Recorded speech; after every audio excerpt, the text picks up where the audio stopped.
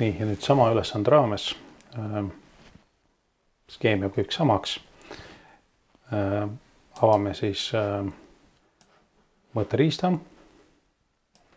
ehk siis voltmeetri ja kõik need parameetrid. Range on meil 5 volti, alaisvool ja nüüd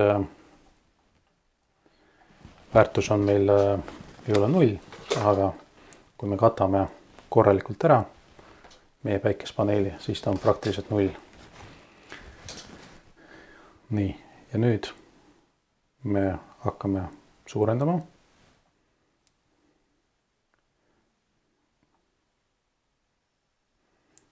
Nii, tekkis valgus.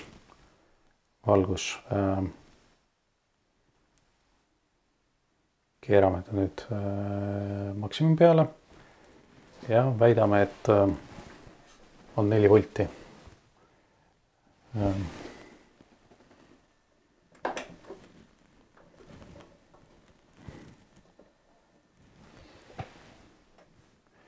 Ja nüüd, kui me hakkame kaldenurka muutma, ehk siis siin paremal on kraadid, hakkame suurendama, me näeme, et kaldenurk muutus ja väärtused vaikselt hakkavad vähendama.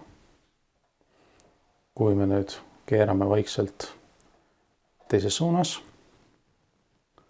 siis me näeme, kuidas väärtused saavutavad oma enam-vähem maksimumi tulemuse ja siis hakkavad uuesti vähenema.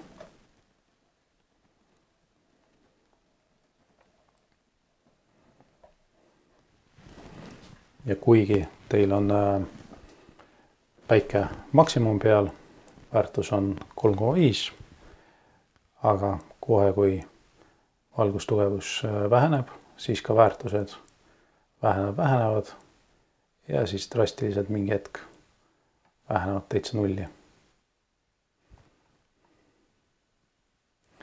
Ehk siis nii valgustugevus kui ka kaldenurk mõjutavad väga palju neid väärtusi, mis me saavutame paneeli paigaldamisel.